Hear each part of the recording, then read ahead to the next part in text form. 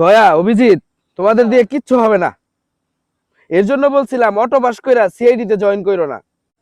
Sir আমি তো আগেই কইছিলাম, মরা লাশে পাত দিছে। আবার বলে মারা লাশ। তোমাদের দিয়ে কিচ্ছু হবে না। যাই হোক, এখন অনেক রাত হয়ে গেছে, আশেপাশে কোনো হোটেলও নাই, পাওয়া যাবে না, চারদিকে শুধু জঙ্গল। একটা থাকার ব্যবস্থা করো আপাতত রাতটা। আমরা নাই অটো পাস, হালাই তো শ্যামকেলে পাস, শালাই বুঝলো না কে?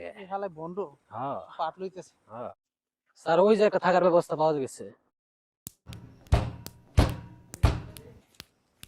তোমাদের আমি থাকার ঘর ব্যবস্থা করতে বলছি, ঠিক হোটেল না। যাও ওইদিকে, যা খুঁজো। চলো ওইদিকে যাই। 2000 years later. Sir Yeah, boy. হালাই কামডা করলো কি?